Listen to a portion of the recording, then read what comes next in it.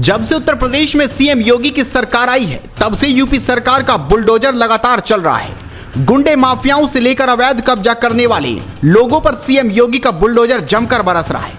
लेकिन हमेशा से चर्चाओं में रहने वाला उत्तर प्रदेश का संभल आज फिर चर्चा में आ गया, जब असमोली के गांव मुबारकपुर बंद में सरकारी भूमि पर एक दशक से अवैध ढंग से बनी मस्जिद, मदरसा व दुकानें हटाने के लिए प्रशासन की टीम पहुंची और टीम ने मस्जिद की मीनार ढा दी। साथ ही मदरसों और दुकानों को भी बुलडोजर से गिरा दिया। खाद के गड्ढे व खेल के मैदान की जमीन पर 30 सालों से अवैध कब्जे की शिकायत पर राजस्व विभाग ने पैमाइश के बाद 28 मार्च को अवैध निर्माण हटाने का नोटिस जारी किया था।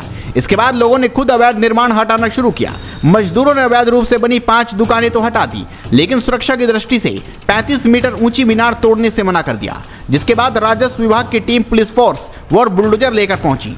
हालांकि चालक ने भी बुलडोजर से मीनार तोड़ने में खतरा बताया। इसके बाद मीनार तोड़ने के लिए हाइड्रा क्रेन मंगाई गई। वहीं बिचौली गांव आज छावनी में तब्दील था। सड़कों पर आम गाड़ियां नहीं बल्कि खाकी का पहरा था और हवा में गूंज रही थी तो सिर्फ बुलडोजर की दहाड़। प्रशासन ने साफ कर दिया कि ये कोई अचानक हुई कार्रवाई नहीं है, बल्कि ये उन भूमाफियाओं के खिलाफ सर्जिकल स्ट्राइक है जिन्होंने सरकारी जमीन को अपनी जागीर समझ लिया था। पूरा मामला घाटा संख्या 1240 से जुड़ा है। राजस्व रिकॉर्ड में ये करीब 7 बीघा जमीन खाद के गड्ढों के लिए आरक्षित थी, लेकिन दबंगों ने कानून को ठेंगे पर रखकर यहां अवैध निर्माण खड़ा कर दिया। 18 जनवरी 2026 को लेखपाल ने तहसीलदार कोर्ट में धारा 67 के तहत केस दर्ज किया। 31 जनवरी 2026 को बाकायदा सार्वजनिक नोटिस जारी हुआ। अखबारों में इश्तिहार दिए गए, लेकिन मजाल है कि कोई सबूत लेकर सामने आता। वही बुलडोजर चलाने के दौरान संभल डीएम राजेंद्र पैसिया और संभल एसपी के विश्नोई भी मौजूद रहे। जब मीडिया ने इस पूरे प्रकरण पर उनसे बातचीत की तो देखिए उन्होंने क्या कहा। जनपद संभल में शासन द्वारा नियमित निर्देश दिए जाते हैं कि लैंड बैंक का निर्माण होना चाहिए, ताकि आम आदमी के लिए, सार्वजनिक उपयोग के लिए, ग्राम और नगर के सभी लोगों के लिए भूमि की उपलब्धता हो। और इसके साथ साथ जो एनक्रोचर्स हैं उन पर कार्रवाई होनी चाहिए, ताकि वो भविष्य में किसी की भूमि पर या सार्वजनिक भूमि पर कभी कब्जे न करें।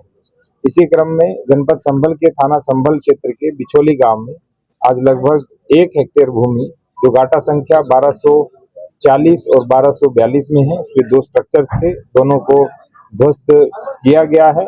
लगभग 80% ध्वस्तीकरण हो गया है, शेष ध्वस्तीकरण अभी किया जाएगा। जो भूमि है उसका मूल्य लगभग 6.5 करोड़ रुपए से अधिक का है। बहुत मूल्यवान भूमि है। जो पशुचर की भूमि भी है, खाद के गड्ढे की भी भूमि है, इसका उपयोग गांव के सार्वजनिक उपयोग के लिए किया जाएगा। यहाँ बिल्कुल पास में मेडिकल कॉलेज भी है। तो तहसीलदार न्यायालय में वाद दर्ज हुआ था जनवरी में एक शिकायत के आधार पे, और उस वाद दर्ज होने के बाद उस पे पूरी सुनवाई हुई। सभी पक्षों ने अपने जो वाद पत्र दिया, प्रतिवाद पत्र आया, आपत्ति आई, प्रति आपत्ति आई, बहस हुई। उसके बाद 30 दिन का समय होता है जिलाधिकारी कार्यालय में अपील करने का।